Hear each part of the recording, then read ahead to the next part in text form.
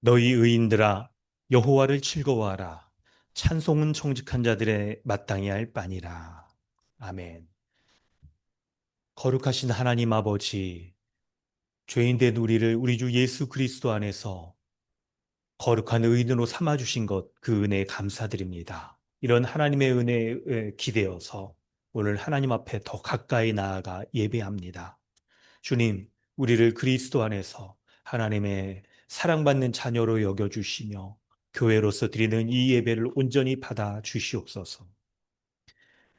주의 성령께서 말씀 가운데 역사하여 주셔서 이 세상을 살아가면서 벗하며 세상을 벗하며 살아가는 우리의 모습을 돌아보게 하시고 하나님의 말씀에 위로부터 난 지혜의 그 말씀에 귀를 기울여 하나님의 말씀을 우리 마음에 깊이 품고 말씀으로 말미암아 온전치 못한 모든 것들을 고백하며 회개하며 돌이켜 주 앞에 가까이 나갈 수 있도록 은혜를 베풀어 주시옵소서. 감사드리며 예수님의 이름으로 기도드립니다. 아멘. 찬송가 43장 함께 찬양합니다. 음,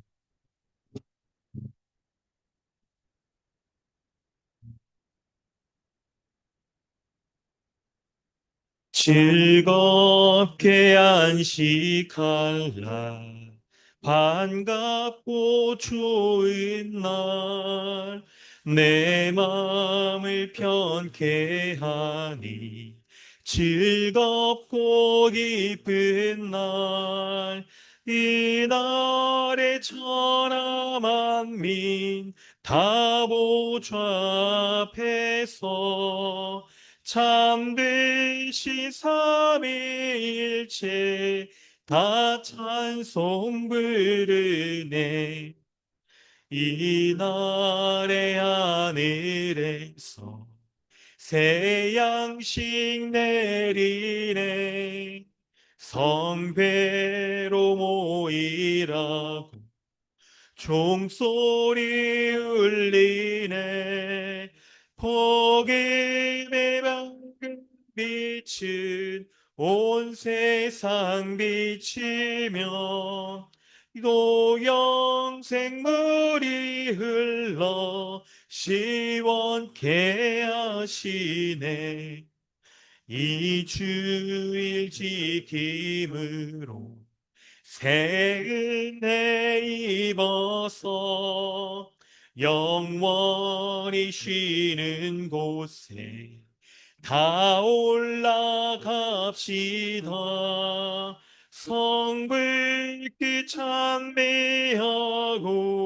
성자와 또 성령 참되신 삼위일체 다 찬송 부르네. 아멘.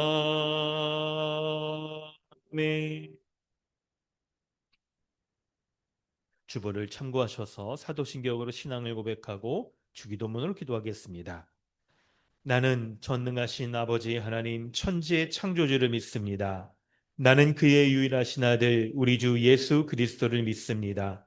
그는 성령으로 잉태되어 동정녀 마리아에게서 나시고 본디오 필라도에게 고난을 받아 십자가에 못 박혀 죽으시고 장사된 지 사흘 만에 죽은 자 가운데서 다시 살아나셨으며 하늘에 오르시어 전능하신 아버지 하나님 우편에 앉아 계시다가 거기로부터 살아있는 자와 죽은 자를 심판하러 오십니다.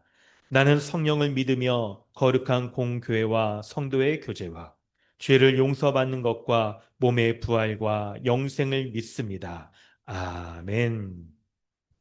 하늘에 계신 우리 아버지여, 이름이 거룩히 여김을 받으시오며, 나라가 임하시오며, 뜻이 하늘에서 이루어진 것 같이 땅에서도 이루어지이다. 오늘 우리에게 일용할 양식을 주시옵고, 우리가 우리에게 죄 지은 자를 사하여 준 것 같이, 우리 죄를 사하여 주시옵고, 우리를 시험에 들게 하지 마시옵고, 다만 악에서 구하시옵소서. 나라와 권세와 영광이 아버지께 영원히 싸움나이다. 아멘. 하이데베르그 교리 문답은 69, 70, 71 문답입니다. 그리스도께서 십자가 위에서 이루신 단번의 제사가 당신에게 유익이 됨을 거룩한 세례에서 어떻게 깨닫고 확신합니까? 그리스도께서 물로 씻는 이 외적 의식을 제정하시고 그의 피와 성령으로 나의 영혼의 더러운 것, 곧 나의 모든 죄가 씻겨짐을 약속하셨습니다. 이것은 물로 씻어 몸에 더러운 것을 없애는 것처럼 확실합니다. 그리스도의 피와 성령으로 씻겨진다는 것은 무슨 뜻입니까? 그리스도의 피로 씻겨짐은 십자가의 제사에서 우리를 위해 흘린 그리스도의 피로 말미암아 은혜로 우리가 하나님께 죄사함을 받았음을 뜻합니다. 성령으로 씻겨짐은 우리가 성령으로 새롭게 되고 그리스도의 지체로 거룩하게 되어 점점 더 죄에 대해 죽고 거룩하고 흠이 없는 삶을 사는 것을 의미합니다. 세례의 물로 씻는 것처럼 확실히 그리스도께서 자신의 피와 성령으로 우리를 씻으신다는 약속을 어디에서 하셨습니까? 세례를 제정하실 때 이렇게 말씀하셨습니다. 그러므로 너희는 가서 모든 족속으로 제자를 삼아 아버지와 아들과 성령의 이름으로 세례를 주고 믿고 세례를 받는 사람은 구원을 얻을 것이요 믿지 않는 사람은 정죄를 받으리라. 이 약속은 성경이 세례를 중생의 씻음 혹은 죄의 씻음이라고 부른 데서도 거듭 나타납니다. 아멘. 이 시간 우리 함께 믿음으로 기도하겠습니다. 방금 우리가 하나님 앞에 예배할 때에 하나님께서 듣고 계시고 그리고 온 교회 앞에서 우리가 세례받을 때 세례의 서약과 고백을 하였던 이 내용을 가지고 우리 자신을 돌아보며 기도하기를 원합니다. 우리는 물로 우리를 몸을 더러워진 몸을 깨끗하게 씻는다는 것을 잘 알고 그 자연적인 현상을 우리는 믿고 있습니다. 그런데 영적인 세계에 있어서도 세례를 받을 때 물로 씻을 때 우리가 그리스도의 피와 성령으로 깨끗하게 되어서 우리가 우리 옛사람이 완전히 죽고 새로운 사람으로 거듭나 새로운 삶을 살아갈 수 있다는 이 약속을 믿는다라고 하나님 앞에 고백했습니다. 우리의 이러한 믿음으로 주님 앞에 나아가 예배할 수 있는 예배자로 주님 앞에 설 수 있도록 기도하기를 원합니다. 또한 믿지 않는 우리 자녀들에게도 이러한 중생의 씻음이 성령의 씻음의 은혜의 역사가 온전히 드러나는 이번 여름 교회 사역들이 될 수 있도록 우리가 중보하며 기도하기를 원합니다. 우리 자녀들이 믿음을 갖고 또 부모의 믿음을 유산으로 물려주는 것이 그 어떤 것보다 가장 중요한 것임을 우리가 알아서 기도함으로 이번 여름 수련회와 사역 가운데 하나님의 은혜 베풀으시기를 간구해야 될 것입니다. 또한 우리 자신도 그리스도의 피로 씻겨지고 성령으로 씻겨져서 그리스도의 십자가에 단 한 번의 죽으심으로 말미암아 완전히 우리의 죄가 다 씻음받아 하나님 앞에 거룩하게 존재로 살아가고 있다는 것을 우리가 믿고 의지하며 살기 원합니다. 특별히 성령으로 말미암아 씻어져서 우리가 점점점 죄에 대하여 죽고 거룩하고 흠이 없는 삶을 날마다 살아가서 그리스도와 같은 자로 이 세상에서 살 수 있는 그 은혜 베풀어 주시는 은혜를 성령의 충만한 은혜를 우리가 구하며 기도하기를 원합니다. 한 주간 우리의 삶을 돌아볼 때 연약하고 실수하고 말과 세상적인 그 욕망을 품고 우리가 실수하며 넘어진 것, 죄악된 것, 많이 있는 것 주님 앞에 고백합시다. 그리하여 그리스도와 성령으로 말미암아 이 시간 오늘 예배 가운데 다시 한번 씻겨 주셔서 우리가 날마다 그리스도처럼 거룩하고 하나님을 향한 열망을 가지고 거룩하게 살아가길 원하는 열망을 가지고 살아가는 우리가 될 수 있게 해달라고 이 시간 함께 마음 다하여 기도하겠습니다. 하나님 주님 은혜를 더하여 주시옵소서. 그리스도의 피로 씻고 성령으로 깨끗하게 하는 이 은혜가 오늘 예배하는 우리 모두 가운데도 온전히 있길 원합니다. 특별히 우리 자녀들에게도 이러한 하나님의 은혜가 하나님 온전히 드러나는 이번 여름 사역들 되길 원합니다. 청소년, 청장년 또 이데일 스쿨을 통하여서 하나님의 거룩하게 하시는 그 은혜, 믿음으로 말미암아 거듭나는 그 은혜의 역사가 온전히 나타날 수 있도록 주여 함께하여 주시옵소서. 역사하여 주시옵소서. 우리 아이들에게 믿음으로 역사하여 주셔서 저들의 하나님 세상 가운데 자신의 중심으로 살아가려는 그 심령들이 다 꺾이고 그리스도의 말씀으로 말미암아 거룩한 자로 하나님 앞에 거듭나는 은혜를 베풀어 주시옵소서. 오늘 예배하는 나도 하나님 그리스도의 피로 깨끗함을 받고 성령으로 말미암아 씻김 받아서 그리스도의 단 한 번의 죽으심의 은혜 역사로 말미암아 내가 하나님 앞에 의로운 거의 주는 살아가서 주님 앞에 예배하는 것 기억하며 이 약속 복음의 약속을 믿고 의지하며 살아갈 수 있도록 인도하여 주시옵소서. 성령으로 깨끗하게 씻어 주옵소서. 지난 한 주 동안 말과 생각과 하나님 내라는 죄를 지었던 모든 것들을 주님 앞에 고백합니다. 주님 인도하여 주시옵소서. 주님의 은혜를 구하고 주님을 알수 있길 원합니다. 주님이 함께하여 주시옵소서. 주님의 약속을 믿고 의지하며 하나님 나아가오니 성령으로 말미암아 나를 더욱더 거룩하게 하여서 그리스도를 품게 하여 주시고 그리스도의 그 거룩을 마음에 품게 하여 주셔서 주야 힘껏 싸워 그리스도를 닮아가고 그리스도처럼 살아가면 그리스도처럼 말하고 살아가는 이 삶이 하나의 일상에서 드러날 수 있도록 역사해 주시옵소서.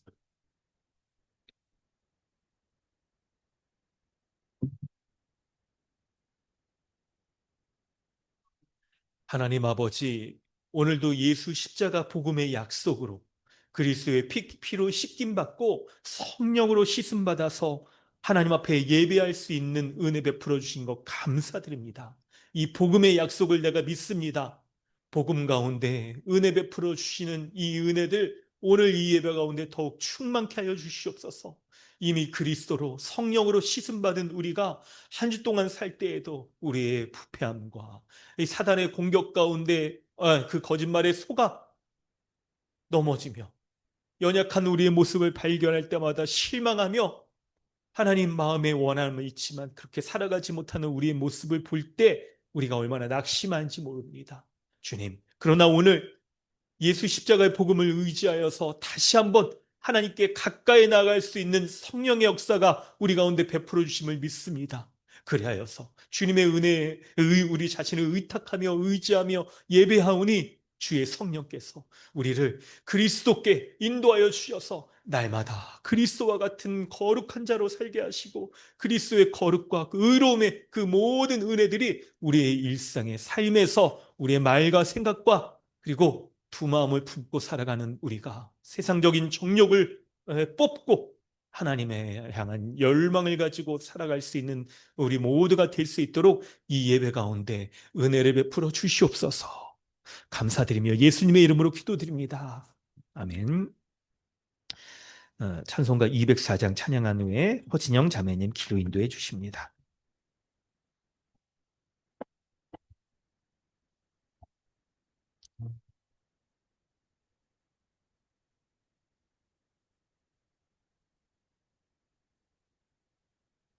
주의 말씀 듣고서 준행하는 자는 반석 위에 터닫고 집을 지음 같아.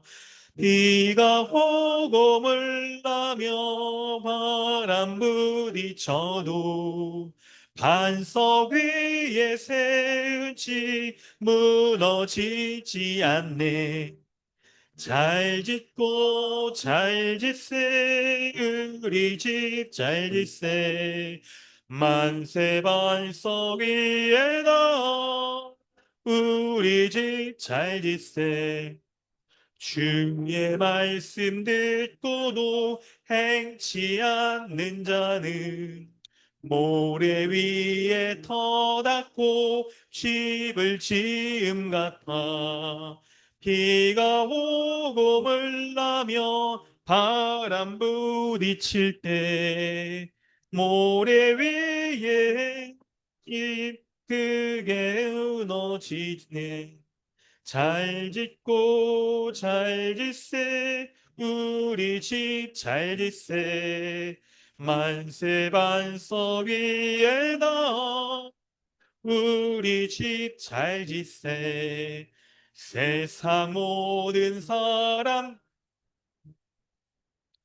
찬이 반석 위가 아니면 모래 위에 짓네 우리 구주 오셔서 지은 상을 줄 때 세운 공로 따라서 영영상 벌 받으니 잘 짓고 잘 짓세 우리 집 잘 짓세 만세 반석 위에다 우리 집 잘 짓세.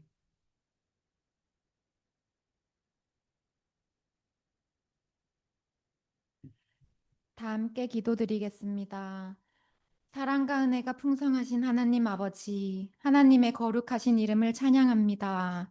오늘도 하나님을 아버지라 부르며 하나님의 자녀로서 하나님의 이름을 높이며 다 함께 예배할 수 있음에 감사드립니다. 하나님께서는 하늘과 땅을 창조하시고 풍성한 복과 안식을 우리에게 주셨습니다. 그러나 우리는 하나님 말씀에 불순종하였고 죄와 사망 아래에서 종노릇하며 비참하게 살아가다 영원한 사망 가운데 죽게 되었습니다. 이렇게 소망 없는 죄인인 우리를 하나님은 포기하지 않으시고 우리에게 구원의 은혜를 베푸셨습니다. 예수 그리스도의 형벌 대속적 죽음으로써 우리의 죄를 해결하셨고 다시 하나님 나라에 들어가 살 수 있도록 은혜를 베푸셨습니다. 이제는 이를 믿음으로 그리스도와 합하여 새 본성, 새 마음을 가진 새 언약 백성인 교회가 되어 다시 하나님 나라의 복을 누리며 살게 되었습니다. 베풀어 주신 이 모든 구원의 은혜에 감사드립니다. 그러나 하나님, 이렇게 큰 은혜를 받은 자임에도 불구하고 창조주 하나님을 망각하고 하나님을 떠나 내가 주인이 되어 나의 열심으로 살아가려는 모습이 있었음에 회개합니다. 우리의 연약함을 용서해 주시고 다시 예수 십자가 복음을 기억하고 의지하며 교회로서 하나님께 합당한 순종과 경애로서 살아갈 수 있도록 도와주십시오. 우리 강남 주님의 교회를 위해 기도합니다. 그리스도가 머리가 된 한 몸 한 가족 교회로서 주의 말씀에 기초하여 더욱 깊은 성도의 교제를 나누게 하여 주십시오. 이를 통하여 세상을 살아가며 낙심되고 힘든 여러 어려움 가운데에서도 풍성한 교회적 삶을 통하여 넉넉히 이길 힘과 지혜를 얻게 하여 주십시오.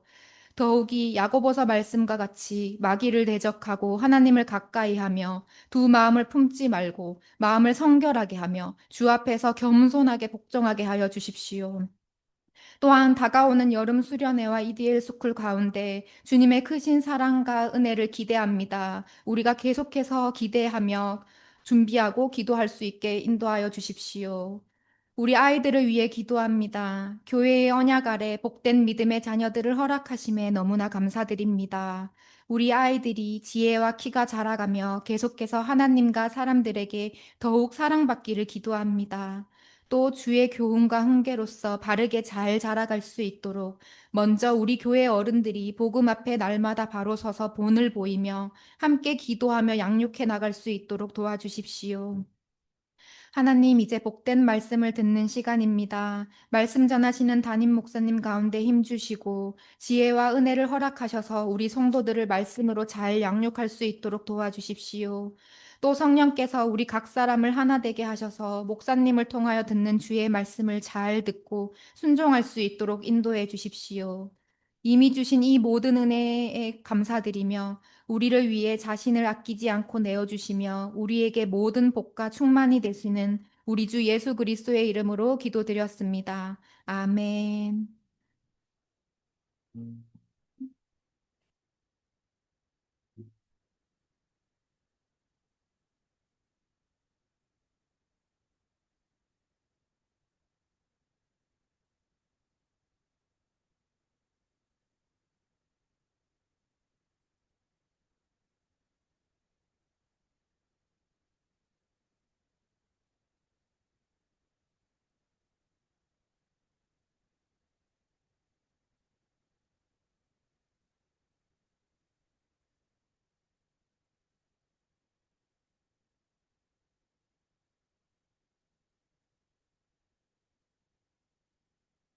하나님께서 오늘 우리에게 주시는 은혜의 말씀은 야고보서 4장 11절, 12절 말씀입니다.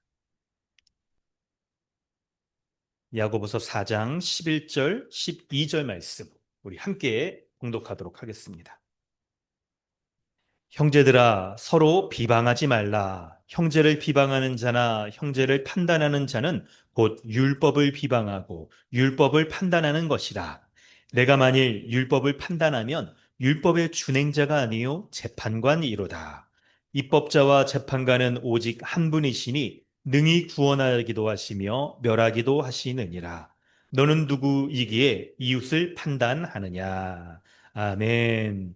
할렐루야. 오늘도 예배 가운데 나오신 모든 분들 우리 환영합니다. 우리 서로 인사하겠습니다. 반갑습니다. 안녕하세요. 반갑습니다. 반갑습니다. 안녕하세요. 반갑습니다. 네, 아유, 우리 이도도 반갑게 아주 인사를 합니다. 네, 아주 좋습니다. 그래요. 인사 힘차게 하고 이제부터 좋습니다. 앉으세요, 이제. 유치부 앉으세요. 앉으세요. 좋아요. 네, 좋습니다. 이렇게 같이 또 예배할 수 있어서 너무 감사합니다. 네, 우리는 계속해서 야고보서 말씀을 살펴보고 있습니다.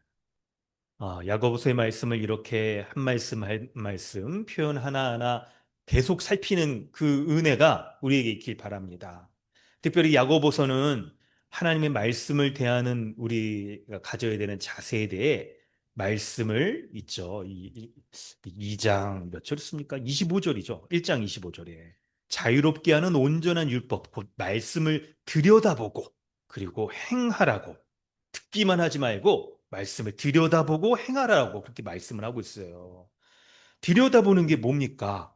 이 말씀이 과연 무슨 의미인지를 잘 살피고 그 말씀 가운데 거하는 거를 말하죠. 그래서 야고보서 말씀을 여러분 듣기만 하시면 안 됩니다.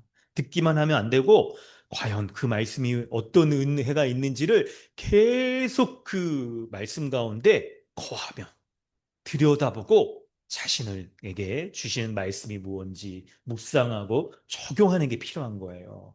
근데 그런 모습이 우리 성도들의 모습 가운데서도 이렇게 드러나고 막 그러니까 너무 감사하더라고요. 이렇게 금요 기도회 때 기도 제목 주신 거 보면 야고보서 말씀을 근거해서 이렇게 기도 제목 주시는 분들 너무 좋습니다.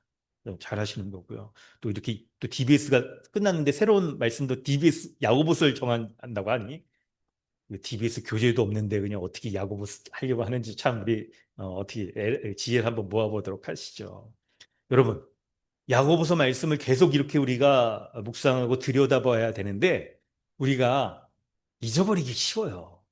한번 약간 우리는 듣기만 하는데 익숙해 있지 그 말씀을 듣고 들여다보고 실천하는 거는 조금 약간 우리 옛본성에 좀 맞지 않는 모습인데요. 근데 야고보 사도가 너무 친절해.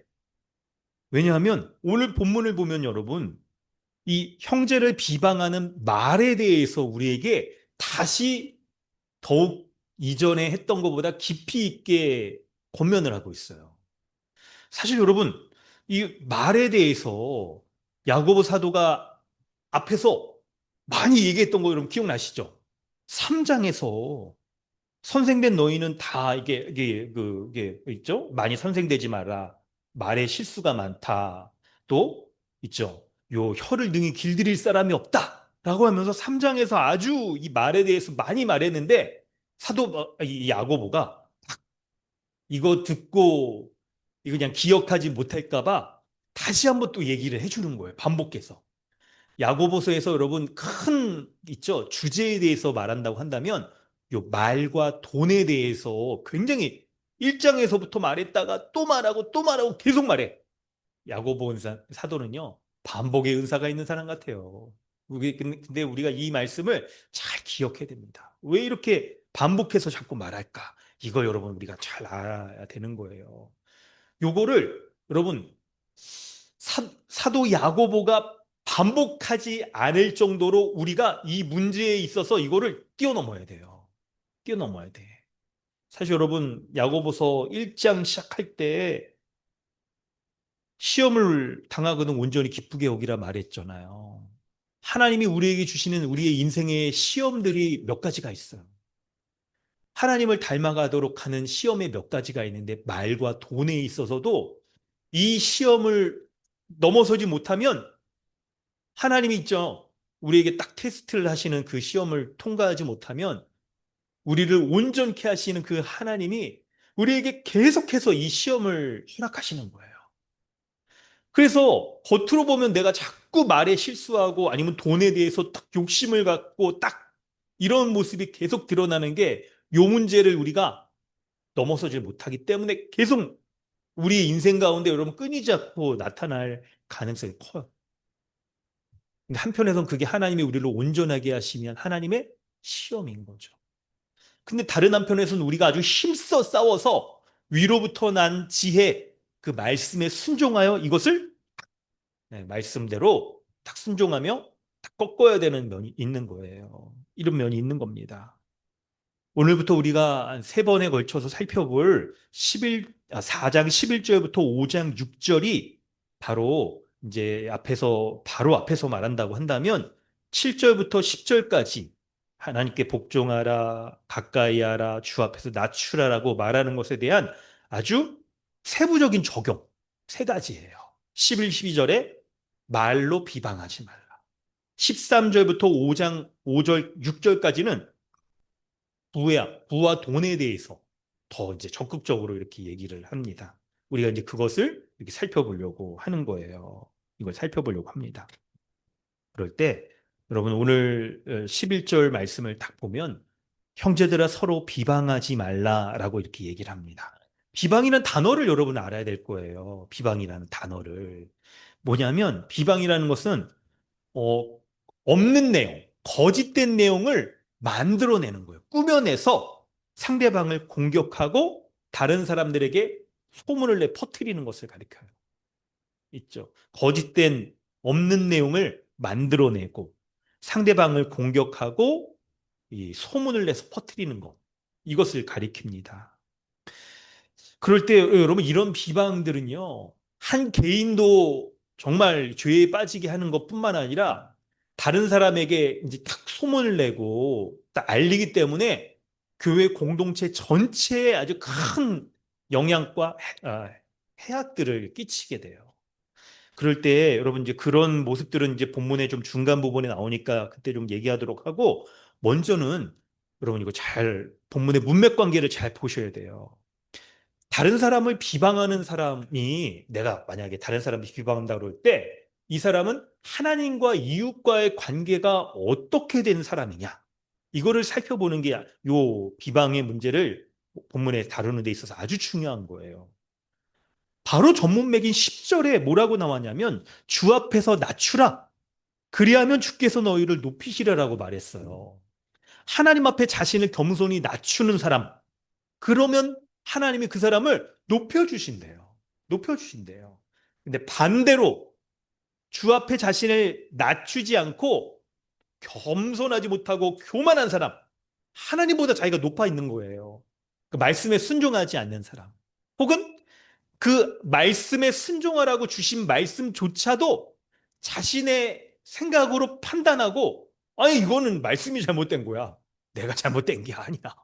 이럴 가능성이 우리에게 있는 거죠. 근데 그런 사람이 바로 요 있죠. 하나님 앞에 교만한 사람이 이웃을 비방을 하는 거예요. 이웃을 비방하는 거예요. 여러분 잘 보세요. 여러분 한번 그냥 아주 상식적인 면에서 퀴즈를 하나 보겠습니다. 우리가 다른 사람하고 있죠. 관계에 있을 때 내가 이 사람보다 높아지는 방법 뭐가 있을까요? 높아지는 방법. 아니 이 사람 관계에 있을 때 이 사람을 전혀 고려하지 않고 그냥 내가 높아지면 돼요. 뭐 배움에 있어서도 내가 이 사람보다 성적을 우리 이제 중고등학생 때 중간고사 그죠? 기말고사인가? 하여튼 막 그런데 공부를 잘하면 돼 내가 그러면 여러분 딱 할 수 있죠. 근데 오늘 딱 성경 말씀을 요 문맥적인 원리를 딱 생각해 보면 있죠. 내가 이 사람보다 높아지는 방법은 그 상대방을 비방하여 깎아내리면 내가 높아질 수 있는 거잖아요.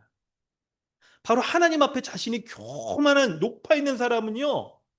자신이 높다는 것을 어떻게 드러내냐면 바로 상대방을 깎아내리며 없는 그런 사실들을 막 만들어내서 비방하는 것으로 자신이 높아지려고 하는 그런 사람이에요.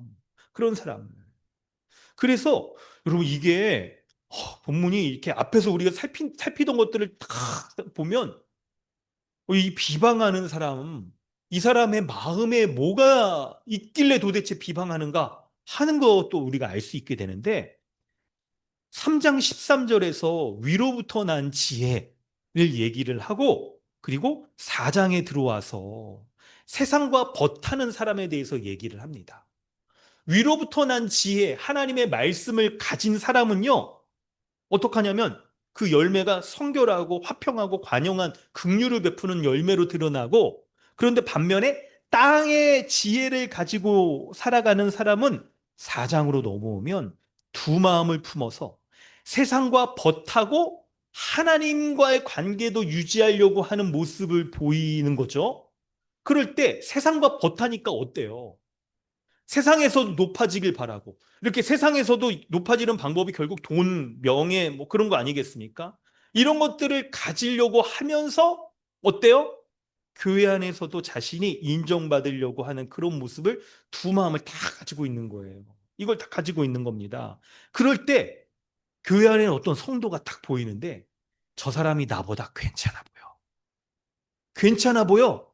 그런 사람에 대해서 이제 시기하는 마음, 내가 그 사람보다 더 높아지고자 하는 그런 마음을 갖는 거예요.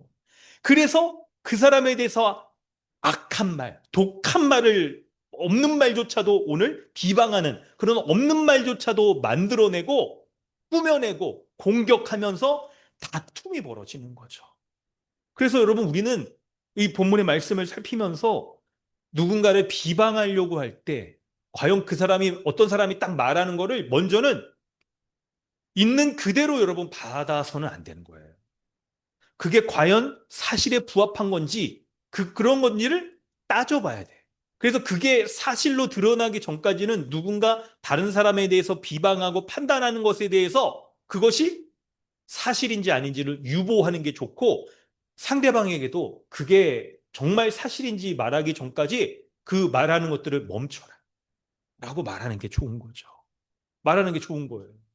안 그러면, 왜냐하면 그 사람이 말하는 것들이 자신이, 그 사람의 마음에 자신이 하나님 앞에 높고 겸손하지 못하고 자신을 다른 사람보다 시기하고 높아지려고 하는 마음으로 없는 말을 꾸며낼 수 있는 가능성이 크기 때문에 그거를 잘 조심스럽게 우리가 살펴봐야 되는 거예요.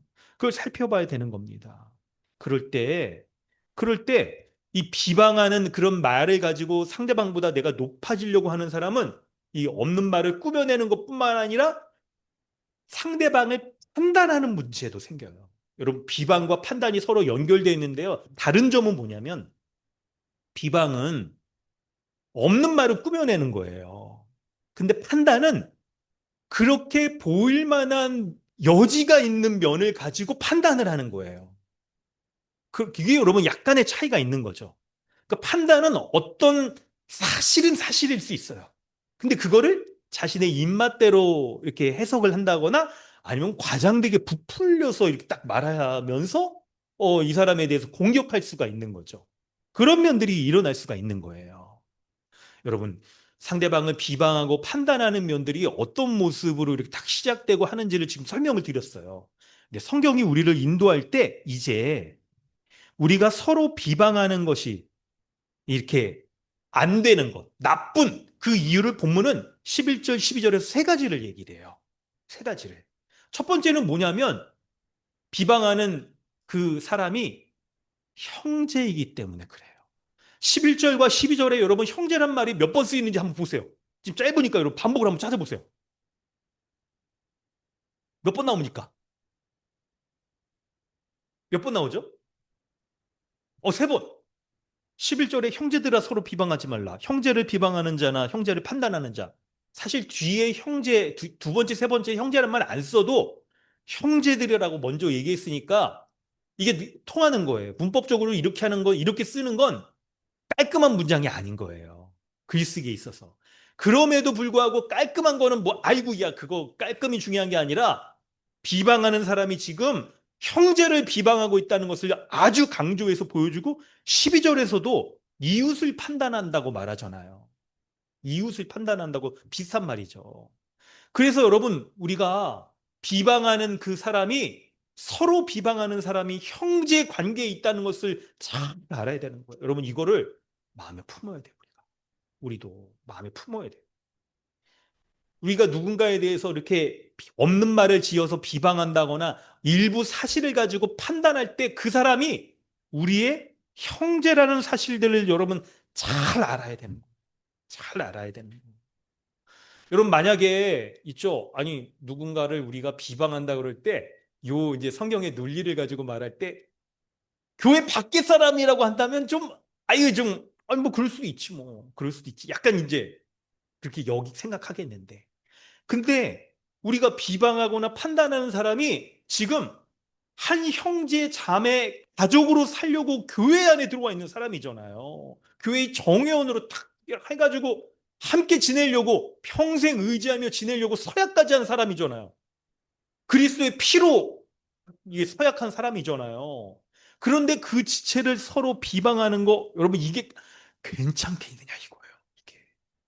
이럴 때 과연 예수님께서 형제를 이렇게 비방하고 판단하는 거 이거 괜찮은 건지 안 괜찮다고 우리 다 생각을 하죠. 근데 과연 예수님은 뭐라고 말씀하셨을까? 오늘 요 본문의 관주를 한번 찾아보니까 마태복음 7장 1절 4절 이렇게 연결이 돼요. 마태복음 7장 1절 4절을 한번 우리 읽어볼까요? 마태복음 7장 1절 4절 우리 중고등부 한번 읽어보겠습니다. 네, 예배에 더 집중하는 의미에서 마태복음 7장 1절 4절 주보 보세요 주보 옆에 좀 주세요 우리 주보를 우리 영훈이 여찬이 하진이 우리 마태복음 7장 1절 4절 우리 한번 크게 읽어주세요 크게 한번 읽어볼까요? 이제 시험도 얼마 남지도 않았는데 어떻게 국어 공부 잘하고 있는지 이번 국어 점수 몇 점 나올지를 목사님이 퀴즈도 낼 겁니다 여기서 자 비판을 받지 시작 비판을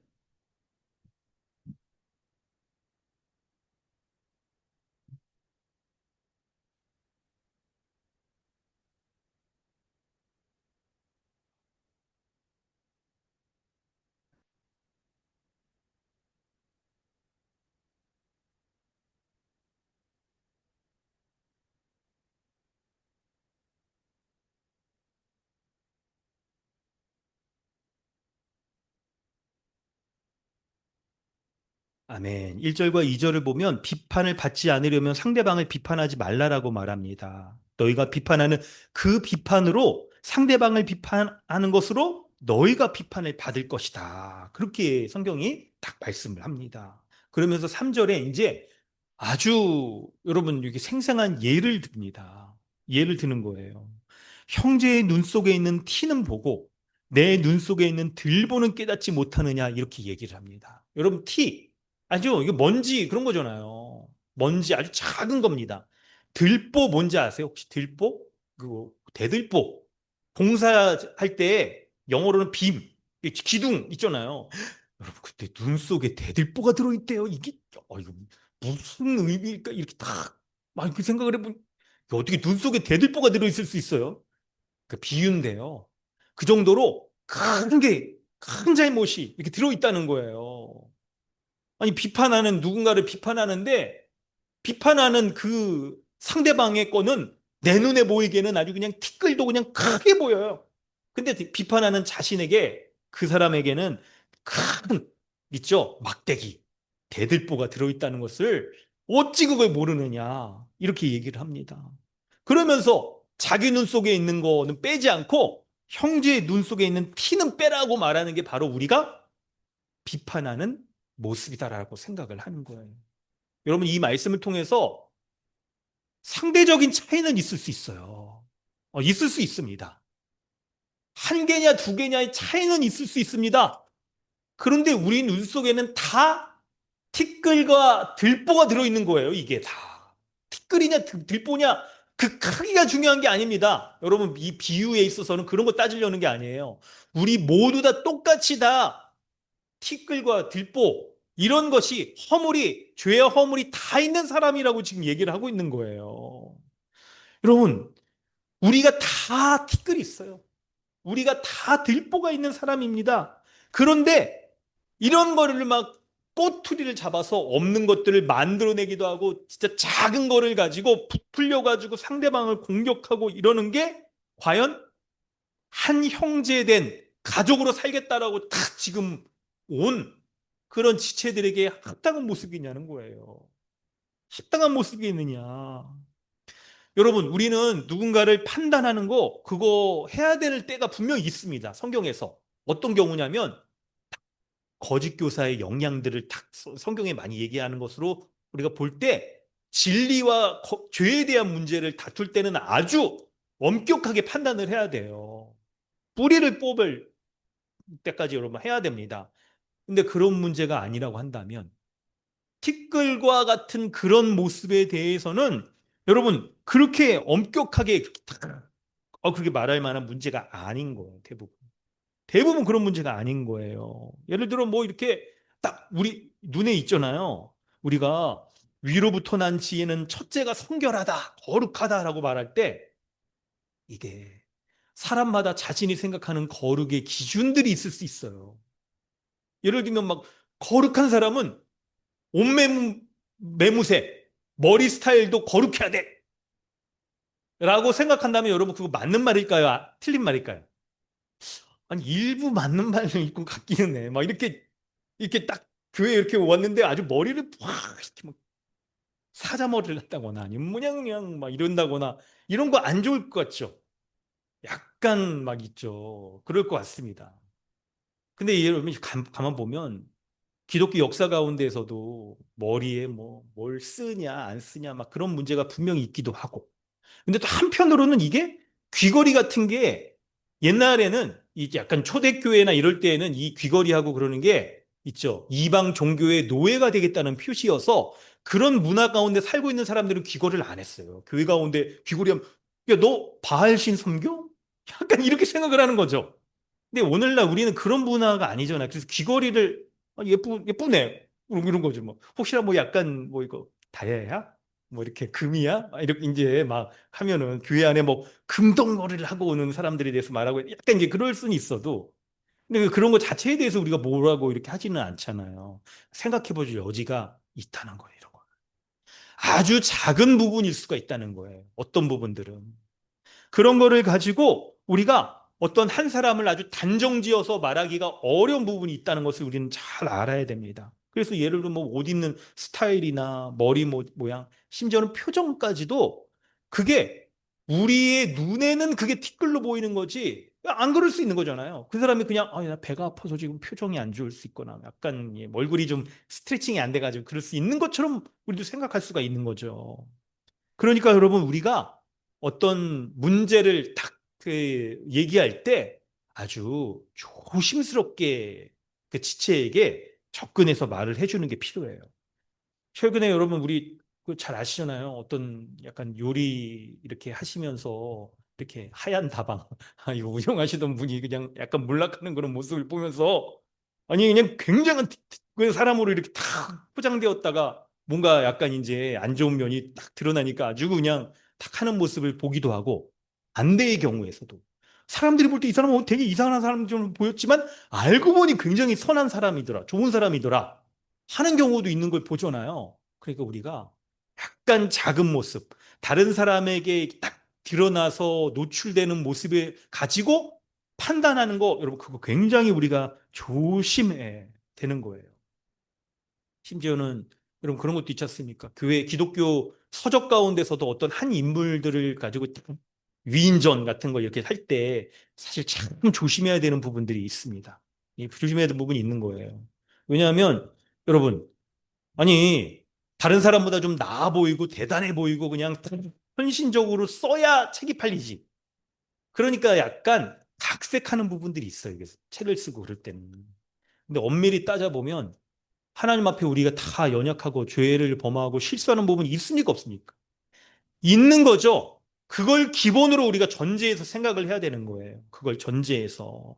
그래서 우리가 다 죄와 연약함이 있고 문제가 있다는 것을 여러분 우리를 그걸 딱 기본으로 생각을 하셔야 돼요. 그런 상태에서 형제로서 자신을 교회에 의탁하여 살아가고 교회의 지체들의 은사의 섬김으로 도움을 받으려고 지금 들어와 있는 거잖아요. 교회에. 그러니 어떤 작은 문제가 사실일 수도 있어요. 아닐 수도 있고. 그러니까 판단을 굉장히 조심해야 돼요. 그리고 그런 작은 문제, 이게 사실은 내 눈에는 대들보처럼 보여도 작은 티끌처럼 그런 문제일 수가 있기 때문에 말할 때에도 굉장히 조심스럽게 해야 되는 거예요. 사실 까발려 보니까 그 사람에게는 굉장히 티끌같이 작은 거고 나는 그거 대들보같이 큰 게 있었는데 야 주제 넘게 뭘 얘기를 해? 예, 약간 이럴 수가 있는 거죠. 그래서 아주 작은 문제를 가지고 판단하는 거 조심해야 됩니다. 뿐만 아니라 두 번째로 우리가 비방을 하지 말아야 되는 이유가 바로 11절 중간에 율법을 판단하고 우리가 다른 사람을 비방하는 건 율법을 판단하고 하나님을 판단하는 게 될 수 있기 때문에 그런 거예요. 11절 중반을 보면 율법을 비방하고 율법을 판단하는 것이다. 형제를 판단하는 것이요. 내가 만일 율법을 판단하면 율법의 준행자가 아니요 재판관이로다. 라고 얘기합니다. 이웃을 비방하고 판단하는 사람은 하나님의 율법, 이 말씀을 비방하고 판단하는 것이다라고 그렇게 얘기해요. 여러분 성경 말씀을 우리 한번 보면요. 우리 주보 참고문 원 야고보서 2장 8절에 보면 제가 읽을게요. 너희가 만일 성경에 기록된 대로 내 이웃을 사랑하기를 내 몸과 같이 하라 하신 최고의 법을 지키면 잘하는 것이래요. 이웃 사랑하는 게 최고의 법이라는 거예요. 하나님의 율법 중에 율법이 바로 이웃 사랑이라는 거예요. 하나님 사랑과 이웃 사랑으로 요약되는데 보이지 않는 하나님에 대한 사랑은 보이는 이웃을 사랑하는 것으로 알 수가 있는 거잖아요. 이웃 사랑이 최고의 법인데 이 이웃을 비방하는 거 여러분 이거는 하나님의 율법을 비방하는 것이고 율법을 세우신 하나님을 비방하는 것이라고 얘기하는 건데요. 레위기 19장 16절에도 너는 내 백성 중에 돌아다니며 사람을 비방하지 말며 내 이웃의 피를 흘려 이웃을 도모하지 말라 나는 여호와니라라고 할 때 이 레위기 19장은 여러분 하나님이 이스라엘 백성을 하나님의 언약 백성으로 삼아 주셔서 언약 백성으로서 살아가야 될 삶에 대해서 구체적으로 알려주신 십계명과 함께 구체적으로 알려주신 내용들이에요. 그때 그런 하나님의 언약 관계에 있는 사람이 해야 될 모습이 바로 비방을 해서는 안 된다는 거예요. 이걸 아주 하나님의 율법 가운데 명시적으로 알려주셨어요. 그럼에도 불구하고 이웃을 비방한다고 하는 것은 율법을 비방하고 판단하는 것이다라고 말하는 거예요. 여러분 그렇기 때문에 이걸 아주 조심해야 돼. 그런데 게다가 율법을 판단한다라고 하는 거 여러분 이걸 기억하셔요. 아까도 이웃을 판단한다고 할 때 사실에 기반하는 부분이 있을 수 있다라고 그랬잖아요. 요 율법을 판단하는 것도 마찬가지예요. 이웃을 사랑하는 것 그것도 보면 하나님은 모든 율법을 다 지킬 것을 우리에게 말씀하시는데 이 이웃을 비방하는 사람은 어떤 율법은 이게 딱 하나님의 뜻에 맞는 거야. 내가 지켜. 근데 어떤 율법은 안 지켜요. 그 기준이 뭘까요? 그 기준이 주 앞에서 겸손하여 자신이 하나님의 모든 말씀에 다 순종하려고 하는 사람은 모든 율법을 다 순종하려고 할 거예요. 근데 하나님보다 자기가 높아. 그래서 어떻습니까? 태초에 아담이 하나님 말씀에 딱 어겼고 그 하나님 말씀을 변개하고 바꿨던 것처럼 바로 이 말씀은 이건 못 지키지. 이거는 뭐 다른 사람이 해야 되는 거지. 이건 다른 사람에게 적용되어야 되는 거지. 이웃사랑에서조차도. 저 사람은 그럴 만한 그렇게 그냥 딱 높여주고 그럴 만한 사람이 아니야. 저 사람은 원래 내가 예전부터 잘 알아봤어. 맨날 이게 볼 때마다 이게 맨날 실수하고 말로 하거나 막 사람 미워하고 그 모습이 어디 가겠어? 뭐 사람 쉽게 안 변해. 약간 이러면서 이제 딱 판단을 하는 거예요. 여러분, 과연 이럴 때 하나님의 율법과 이 하나님의 율법을 세우신 하나님 앞에 우리가 이렇게 이웃을 비방하는 것 이게 괜찮은 거냐? 하나님이 뭐라고 말씀하십니까? 율법의 준행자가 아니요 재판관이라. 율법을 판단하고 이웃을 비방하는 사람은 율법의 준행자가 아니요 재판관이라고 말하잖아요.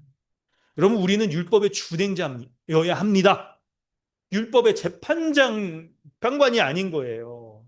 우리 스스로 하나님의 율법에 대해서 이건 지켜도 되고 안 지켜도 되고 이후 이 사람은 사랑해도 되고 이 사람은 비방해도 된다라고 말할 수 있는 사람이 하나님 앞에 아무도 없는 거예요.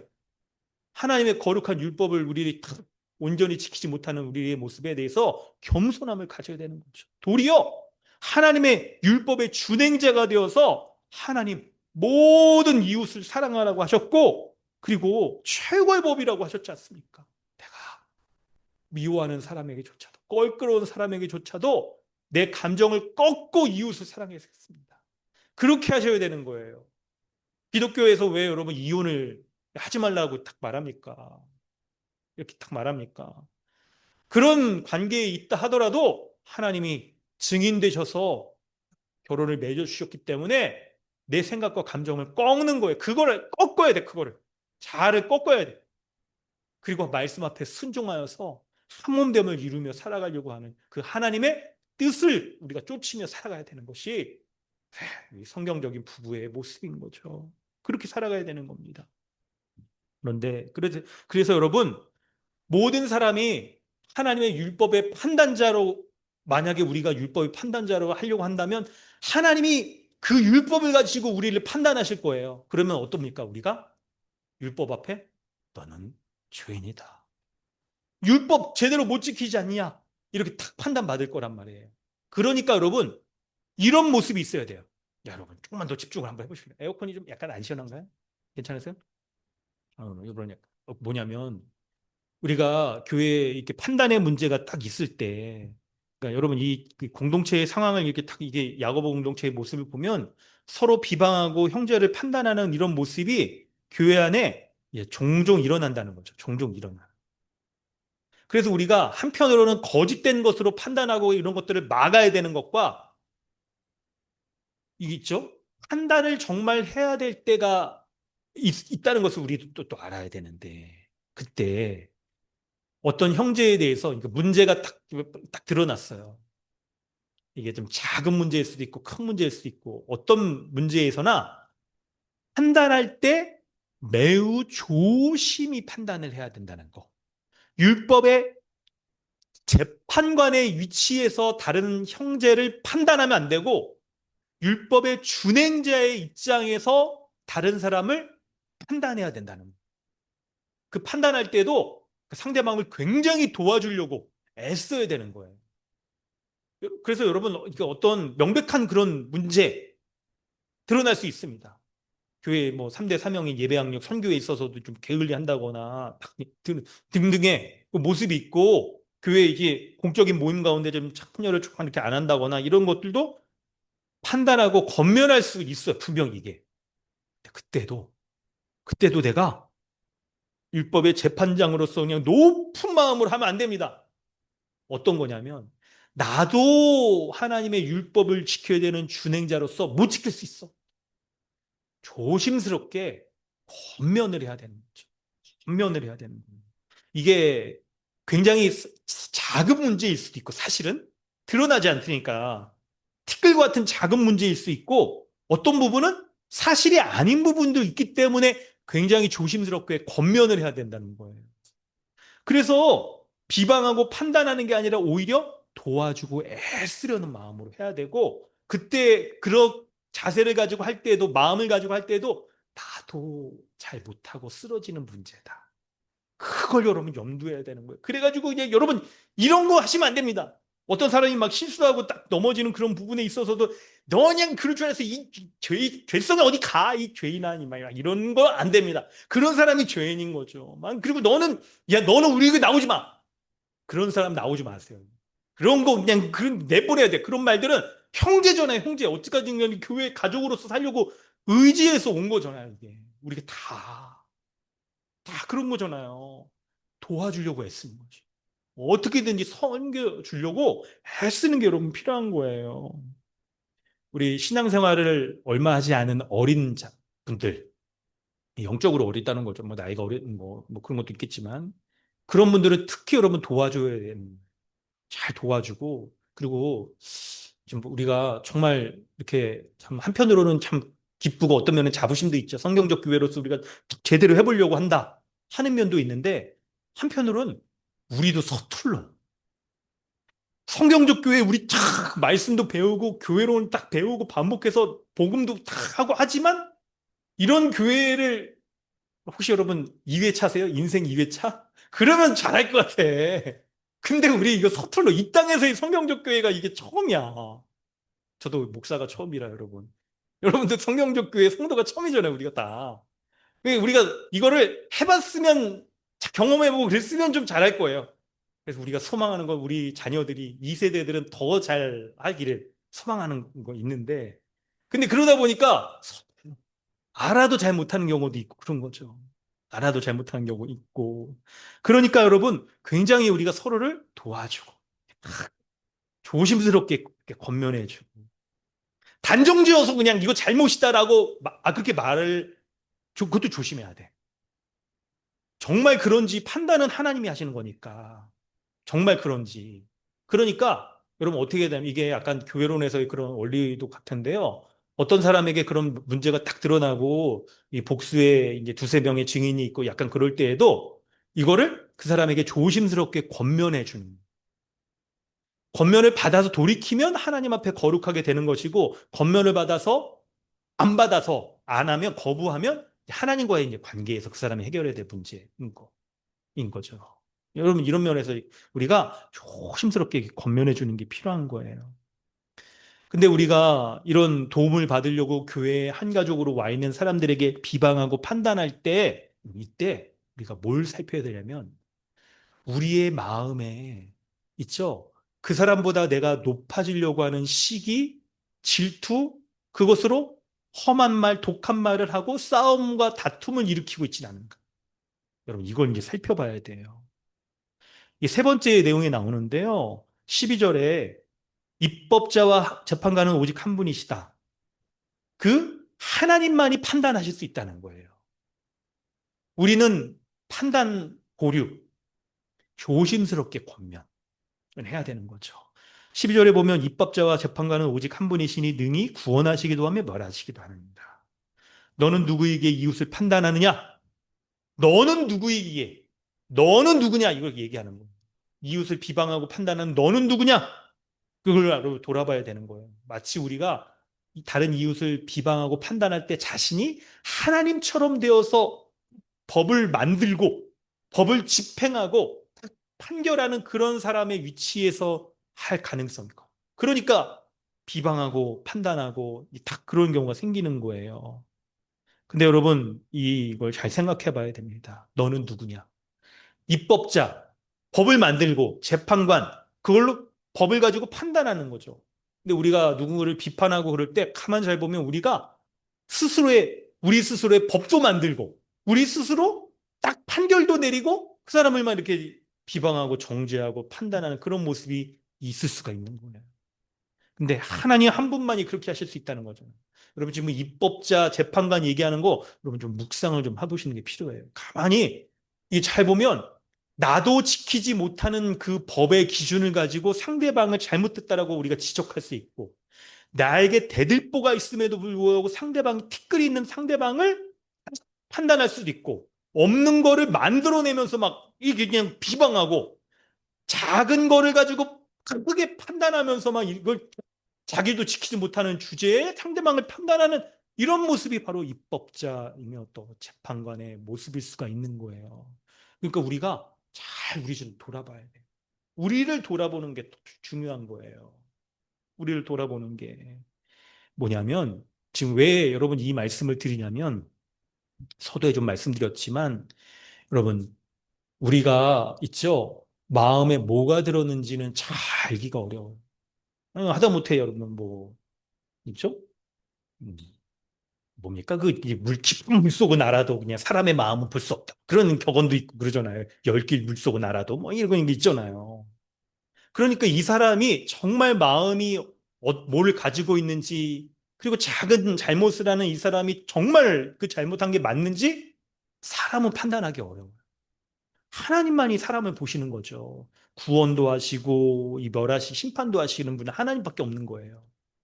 그러니까 우리가 비방하고 판단하는 문제를 딱 볼 때 비방하고 판단하는 사람도 그렇고 옆에서 그걸 지켜보는 교인들도 성도들도 자신의 내면을 살펴보는 게 유익해요. 이게 자신의 내면을.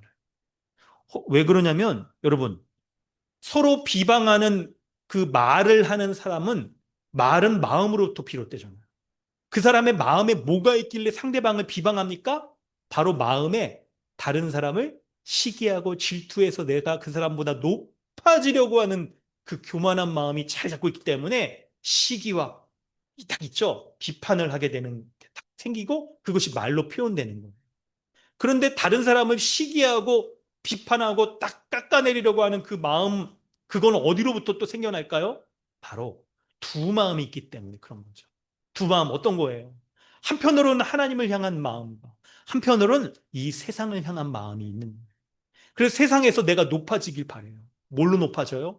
말로써 그냥 사람들 다 깎아내면서 높아지든지 돈을 많이 가지면서 높아지든지 그런 높아지려고 하는 마음이 있으니까 교회 생활 하면서도 이런 사람들은 어떻게 교회 생활 할까요?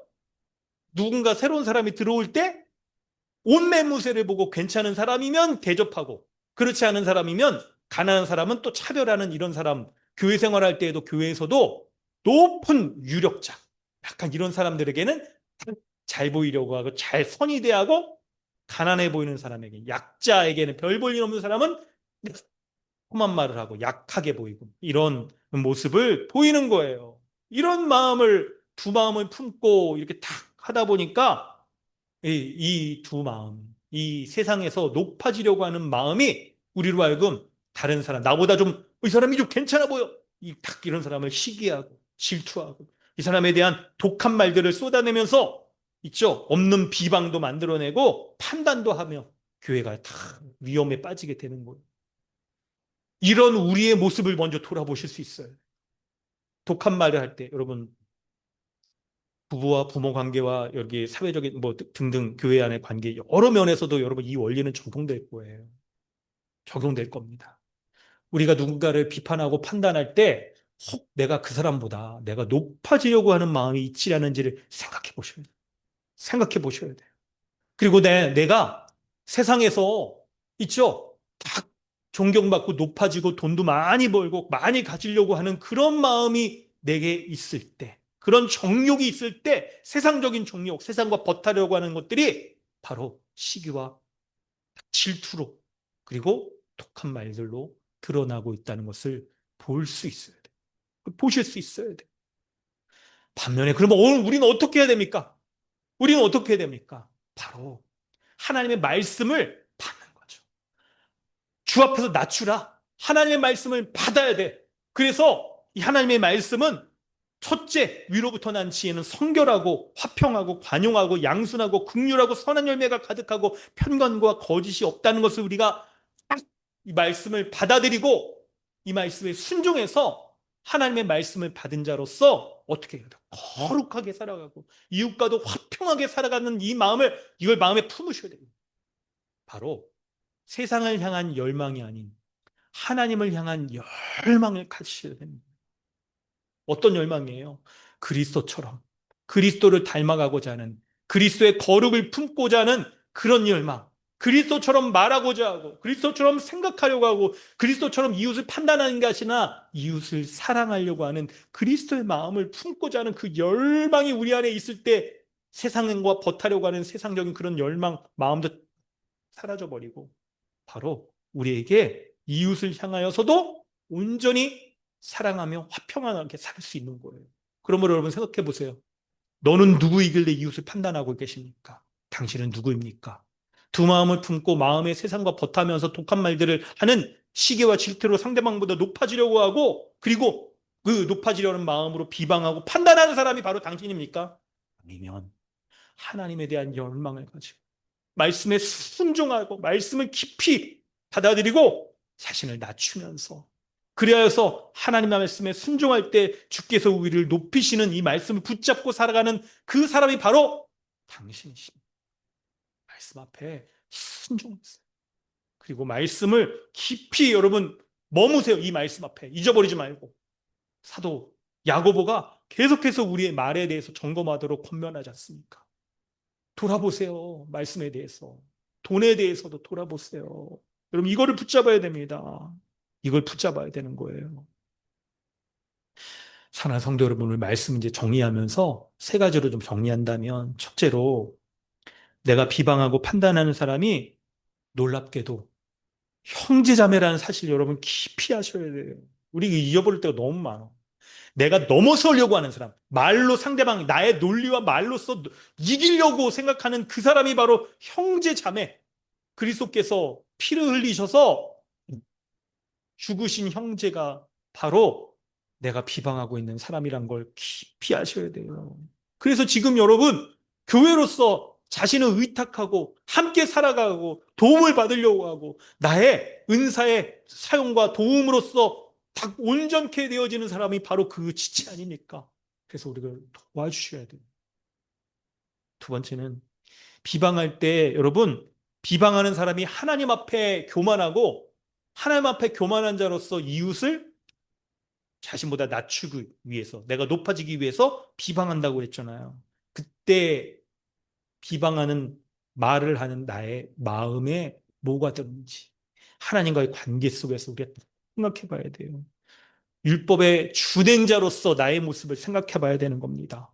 내 마음에 하나님을 향한 열망보다 세상과 벗하면서 세상에서 높아지려고 하는 마음으로 가득 차서 시기와 질투를 하고, 그리고 하나님 앞에 딱 사랑해야 될 그 사람을 비방하고 있지는 않은지 우리의 마음을 돌아보셔야 돼요.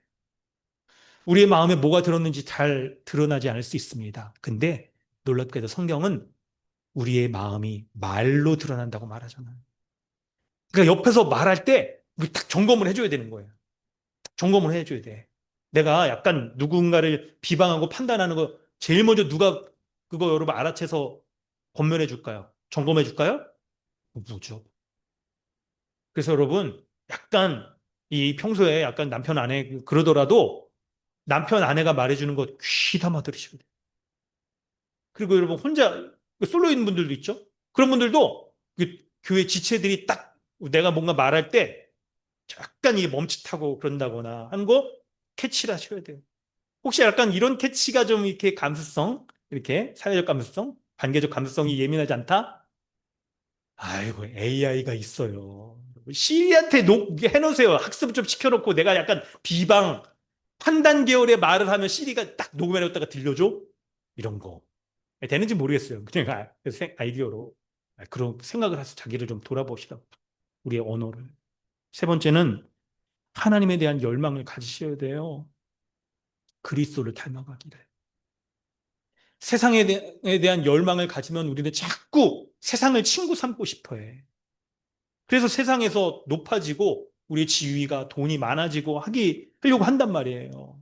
그러니까 자꾸 나보다도 약간 돈 많고 괜찮아 보이고 뭐 외적으로도 좀 멋있어 보이고 이런 사람들은 시기하고 질투의 마음이 우리에게 생겨 자꾸.